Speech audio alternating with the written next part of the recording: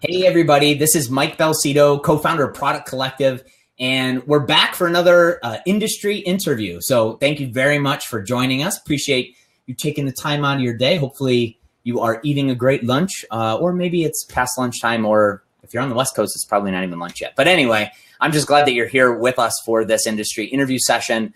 This is a really cool one. Actually, we're going to focus in on this topic that I've been hearing about lately, but admittedly, I know really nothing about it. So, but we're here with somebody that does know a lot about it, and that's Alon, sorry, from CEO of Aptrinsic. Mickey, how are you? Hi, nice and good to meet you, Mike. Great to connect with you too. And I want to get into a lot of what we're going to learn about today. But first, just a couple things for folks that are joining us for the very first time. These sessions usually go about a half an hour, and really they're just meant to be, kind of casual conversations with product leaders from all around the world. We actually have some awesome sessions coming up.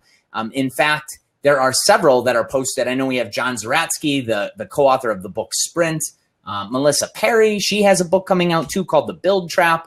I know Hunter Walk, I think, is the next session. So one of the partners at Homebrew. So there's a lot of awesome sessions coming up. I know these sessions used to be called Product Lunch. So if you still go to productlunch.com, it'll direct you right there. But I'd love if you check some of those sessions out. Also, I know we at Product Collective have coming up in less than 90 days our conference, Industry. So I'm wearing actually a t-shirt from last year's edition of Industry. But we should have about 800 product people with us from really all over the world. Last year, we had people from 37 states and 13 countries. I'm pumped for a lot of the speakers that some of them I'll be meeting for the first time. I know BJ Novak, was a writer and actor for The Office. He'll be joining us for a special chat, but we have all sorts of people. Mercy Victoria Grace, one of the first product people at Slack. We have actually some of the folks from the Aptrinsic team will be there. So you'll have to check it out. Go to global.industryconference.com or just industryconference.com, and you could check out all the details there as well. And yeah, I guess really with all of that, I just wanted we could kind of get right into it now. And Mickey, I know this is something, this is actually, you've written about this topic. In fact, I put a little button with a link to an article, or actually that'll take you to an ebook. I wrote a post for OpenView Partners. So this is something that's kind of near and dear to you, the whole concept of the product qualified leads, right? Yes, definitely. We have also a book available in Amazon or an ebook you can download. I've written a couple of posts in OpenView about that. But yeah, as Aptrinsic, we really keep that product qualified leads very close to our core business as well.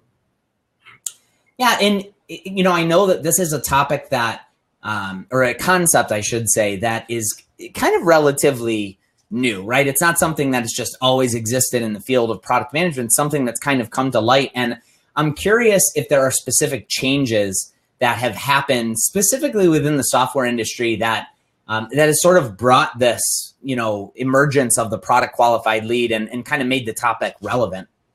Yeah, definitely. So in my past, I was a co-founder of a SaaS company, Itera, and then I kind of the first time I try to think about how do I really go to market with a SaaS platform. And back then, marketing automation was a new way of launching your product, kind of nurturing leads.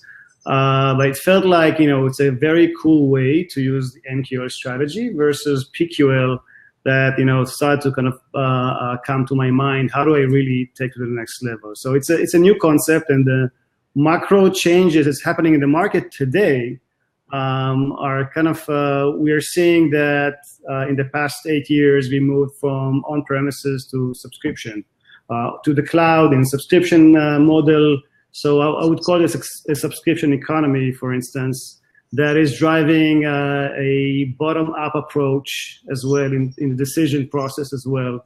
And there's an expectation from the user itself to say, we want to try before we buy. So there's a lot of forces that kind of drive that product-led growth, and product qualified leads is a framework for that. Awesome. And maybe I suppose I should rewind even all the way to the beginning, and maybe you could just talk about like what is a product qualified lead? How does that differ from maybe other types of leads that we're familiar with hearing a lot, like marketing qualified leads. Maybe you could do that. And by the way, just for everybody's sake, I have all these questions for Mickey, but I definitely want you to have a chance to ask questions too. There is that chat section, but there's actually a section called Ask a Question. And I'd love it if you could ask any sort of questions that you have. Whenever it's on your mind, put it in that Ask a Question section, and I'll keep checking back, whether it's at the end of the session or maybe you have a question that's right in the middle of what we're talking about. Maybe I'll bring it up right then, but definitely do that. But yeah, Mickey, maybe you could share a little bit more about what is a product qualified lead in the first place. Sure. Let me just share a slide with you guys that might be useful to just depict the new situation here. 1 second. Again, sharing. And do you see my screen? I can. Cool. So as we said, there's a lot of the spectrum comes from sales-led models to product-led models, and most companies that we know in the enterprise business is in the product-assisted area. And just to kind of give you a high-level approach, in a sales-led world, customer acquisition is led primarily by sales team. In a product-assisted world, the product is becoming a part of the onboarding, part of the trial, if you will. So it's definitely there earlier in the buying process. In a product-led situation, the product is becoming the main channel for customer acquisition. Therefore, product qualified leads are leads that demonstrated buying intent, a product interest, if you will, instead of just the MQL or marketing qualified leads. So a PQL would be a buyer that basically signed up for your product, behaved in a certain way, and you can actually use specific usage metrics to qualify them in a new way. So just to understand why this is happening, this is basically a recent survey, 2018 survey from Kleiner Perkins. And motivation and why do we lead with a product built on the fact that the industry leaders, the high growth companies recently just focused on really building a consumer grade product. And that's the expectation that is becoming from the user. And then also kind of using customer acquisition, using the product for customer acquisition is the concept they've used. And they were able to give you a trial or able to give you a freemium level and upsell you into a paid version. And there's another motivation why to think about product qualified leads is the cost of customer acquisition is becoming higher. So we need to justify that with customer lifetime value. And customer lifetime value is coming from the product. Today, if you think about that, companies are serving and communicating with their customers through the product. Once they sign up to your product, from that point on, my customer lifetime value depends on how much would I use your product, how much services and values your product can drive to me. Therefore, when you think about customer acquisition cost and customer lifetime value, you need to think in a new way, and these are recent statistics. So let's look at the marketing qualified lead model that you know today. And by the way, probably some of you know, I joined Marketo, part of the acquisition of Insightera to Marketo. So I've been at Marketo for 3 years, and Marketo led that whole notion of marketing qualified leads as a new strategy to scale awareness and to scale sales. So in this model, in marketing qualified leads, you can see that the customers are basically being nurtured through content. And then once they give the right signals, those leads are being passed to sales. Sales then qualifies those leads and then try to reach out to the customer and have a discussion. And at the end of that journey, they actually meet the product. This is the standard way. We can see how marketing teams are playing here. When is the sales team is engaging, and then customer success is getting the handoff of a customer. You could see that customers actually meet the product for the first time once they close the deal. They might see, we've seen a demo, but actually using it, actually understanding what you guys do, happening pretty late down the road. So companies that approach, use the marketing qualified leads, they do sometimes get you into too many engagement forms and nurturing processes. And sometimes, the funnel for a customer might be very quick. He might have taken a decision and he wants to use the product, but then normally you would kind of push him through those forms and nurturing funnels. So scoring leads today, if you just rely on email opens, on website visits, that's not going to be enough. In many cases, you might get a different sense of what the qualification metrics are. So that's kind of in high level what's happening with marketing qualified leads. The big challenge that we had at Marketo when we built new products and took them to market, we had a great, success with the install base, but we could not really have the usage data to qualify them. So when it goes to upsell and cross-sell, I think we started to feel that, hey, marketing qualified leads has some challenges in that sense. Looking at product qualified leads, you can see that a sign up is the point where actually a user can start a trial with your product. So marketing teams still play a major and important play here, but they take care of awareness and basically drive users or customers to try out the product. And then there's the product is basically becoming the channel that you can qualify your prospects. And then in a trial, normally you would have a lot of things you can use to really qualify. So it can be intent, usage, specific features, user and account data. Everything becomes way more visible, and you can also have a sense of if the customer is really what the level of usage and what's the right time to engage. There's another area for upsell and cross-sell that qualifying customers based on product usage is also very, very productive, because sometimes, when we used to go for customers and offer upsell and cross-sell was basically next to the renewal, not necessarily based on when they really need that. So in both areas, I think qualified leads play a major game, especially around the upsell and cross-sell. When you get that visibility, you have a better conversation with your prospect. Another interesting point to see here is actually product teams suddenly become part of the play as well. So it's no longer just a marketing team passing to sales, passing to customer success. Now the product and product teams are being involved across the board as soon as you sign up and as soon as you become a customer. And there's another notion of kind of moving towards marketing to your users. Eventually, your users are your buyers. Your users are the key force to make your company successful. Quick examples that we're seeing in the market, as we mentioned. Slack, for example, pioneered that concept, and they grew very quickly. And what's interesting here is just to look at daily active user as a business metric. So it's basically a usage metric, which is becoming a business critical metric that they can measure and associate revenue with it. Another great example is Dropbox.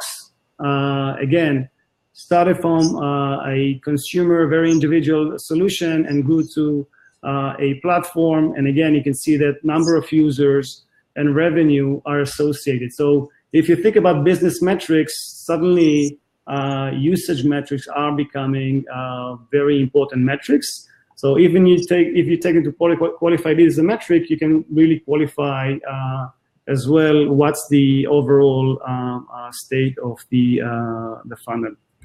So I think that's kind of where I wanted to explain about product qualified leads. And I hope it was helpful. Yeah, that's super helpful to see it all laid out. Especially, somebody had asked the question, and I thought it's a good one, especially, you brought up examples like Slack and Dropbox. Right. Is the concept of a product qualified lead best suited or especially suited for the type of product where, it's either freemium or super low barrier to entry, or does it also apply for, companies that have products that, maybe it's not like a Dropbox where it's something like, I know there's a month free trial or whatever it might be. Could you talk about that a little bit? Sure, it's a good question, and we get that question a lot. So I think it's relevant to every product that offers a trial by minimum. So you do want to lead with your product to qualify users. So that's why if you focus on trials and focus on customer acquisition, it's relevant to any company that offers a trial. On the other side, for upsell and cross-sell, it's relevant for all companies, all type of solutions. And from that point on, not looking at usage data basically might not give you the right timing or verification for that process. So I think PQL is a very strong across the board when it goes to upsell and cross-sell, and it's being used more and more by the customer success team as well, and now also by marketing team that kind of want to see the usage data going in. Okay. What about, I'm curious if there's probably people that are, watching this and they're like, okay, this makes sense. Maybe my organization, we're only using the marketing qualified lead concept, but we should be adopting this product qualified lead concept. Where do you get started, right? Like, I'm just curious, for a product person that maybe they're a product manager or maybe they're, more senior level, director, VP, but they have to get buy-in. They have to, kind of get the whole organization on board. Where might you suggest that they start? So yeah, it's a big step. I think first and foremost, you need to start with the data, really understanding your users. There's a lot of aspect to that questions. One is your product ready? Is your product instrumented? Can you really expose the usage data to feed those systems? Not all products are kind of built for even trials. I do still see, especially in the enterprise business or B2B business, some products are more focused on the true value. Once you onboard, once you really learn about the product, it's very, very useful. So I think changing the mindset as a product leader, changing the mindset, hey, my first mile of product has to be ready. If I want to implement qualified leads, if I want to start offering my product, I need to understand that as part of a trial or trying a new feature, I need to really think about how much attention it will give me and how can I really learn about those usage metrics. So understanding that user behavior, also aligning with the business goals. Make sure that you understand the business goals and what you're tracking, you're funneling your users to do will get the result your business is after. So it's really based on focus and really alignment with your business as well. And there's also being cross-team and collaborating across teams, not just the product teams. So definitely you want your marketing team to play with it. You want to set the expectation where is the marketing qualified leads ends, and sometimes it's just supplementing. So you want them to still drive awareness and then drive sign up. At that point, product qualified leads kicks in. You can still feed usage data into the marketing system as well, but then marketing should play also in that field so they can really do some adoption marketing and some upsell and cross-sell marketing using those areas when it goes to upsell and cross-sell. There's also an effect on the sales teams. It used to be that the sales will pitch something, not necessarily know the product very well, and in many cases, sales are not that useful for a very educated buyer or user. So today, it looks like we're seeing more and more product proficient salespeople. They know the product, they're using the product, they can articulate use cases, and PQL is helping them really to have that discussion with leads about their use case as opposed to just pitching the basics. So the product teams also need to tune to the data, use the data, leverage the data as well, and you need their buy-in as well. And it's again, as a product team, paying attention for those areas, the trial and the upsell and cross-sell is key. If you pay attention to that, you're going to start seeing that you're going to prioritize your features even differently. All those improvement features from the backlog is becoming a front log because now everybody is behind PQL. Eventually, in the classic way, is getting the entire company behind this, behind the product, behind the product qualified leads, behind the critical business metrics that also have that usage in it.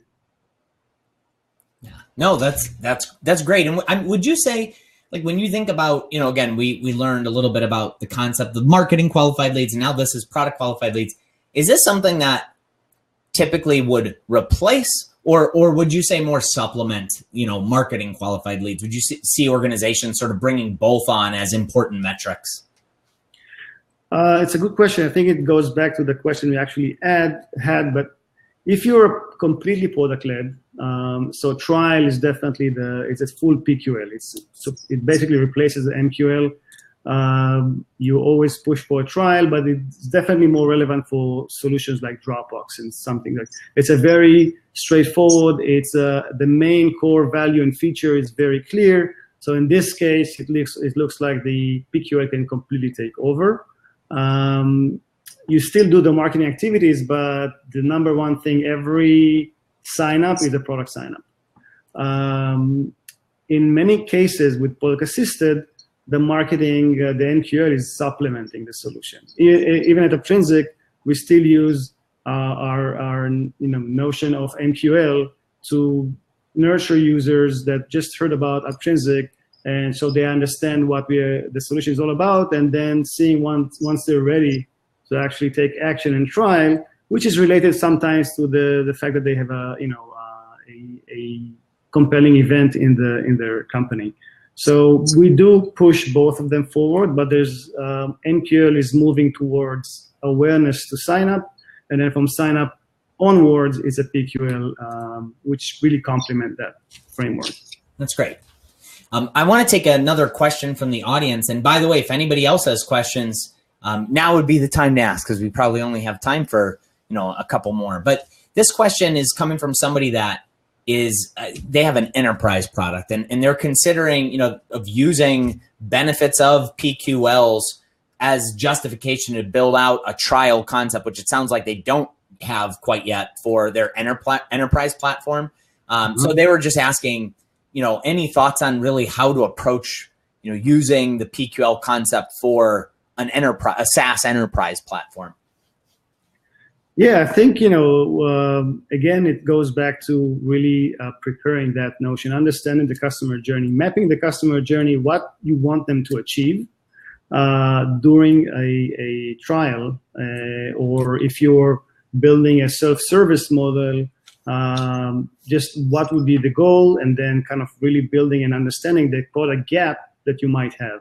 Sometimes it's just, you've built a great product, but then again, there's a long onboarding process to get their true value.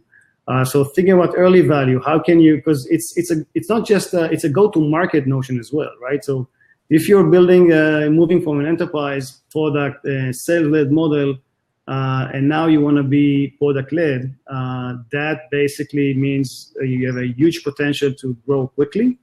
So growth is completely different numbers, but there's another way you need to think about is now the product has to be ready, because when you do offer trials or a self-service model, the expectation from the end user are very, very high. They're basically looking at you as a consumer app, so to speak, and that value should be there. You should think about the initial journey, the main goal, and split it between initial and the further step that you're gonna guide them through. Because normally in B2B enterprises, you have platforms and you have a lot of features and capabilities, and the decision is like, where do I start? How do I nurture them from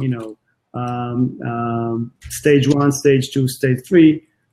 So I think the way to start is understanding the end game, and then understanding the implication on the product, and then to try it out. I think trying it out is great. People are happy to try to see those things. I see that, another nice thing to see is I see a lot of large companies trying that, and actually from the buyer end, people are pretty happy about that change. They can really try, they can play with it, they give you feedback, they're very open about the feedback. So I think it's definitely a strong strategy. That's great. I'm curious if there are, for people that are approaching the concept of PQL, maybe for the first time, are there sort of common mistakes or traps that people should look out for? Just interested in hearing about that. Yeah, sometimes they just, open the gate and hope for the best. So signups just don't, show up, especially if you're a large enterprise company. Not necessarily people will even expect a trial. So you need to invest in awareness. You need to basically make sure that the launch is happening. And so, one mistake is just, putting a trial and expecting that, you're going to see hundreds of signups a day. Second common mistake is, again, not thinking about those differences. Your customers, they want, simple and then powerful. And that is a very tough thing. So you need to think how to make it simple for the first stage and think about the early majority, and just focus them on the simple area so they can gain value, and then nurture them to the stronger or further value down the road. If you just open the platform and just wait like that, nothing good will come out of it, because people are not going to invest half an hour or an hour to learn about your product. Well, we're pretty much coming towards the end of our time. Maybe if there's sort of a summary or like sort of the last couple things that, people attending this session, you want to make sure that they can walk out with knowing about PQLs. Maybe it's sort of a last piece of advice or just one thing that we didn't talk about. Like, what would you want somebody to walk away with? I think that the big thing is just this is happening. This is like we see that software is eating the world, as we know. Services are being across industries. We see healthcare now are starting to compete based on their product. So this is coming. There's a lot of motivation around this. It's because of from one side the customer expectation for high quality, fast, responsive, smart apps. And from the other side, companies see that as a very effective, cost-effective go-to-market strategy. If you look at the multiples that public company has today, they look at the retention and net retention values. Investors look at that. And I think if you look at net retention dollars, is like if you're product-led, you're going to get way higher valuation, because you basically spend way more effectively and efficiently when it goes to upsell and cross-sell.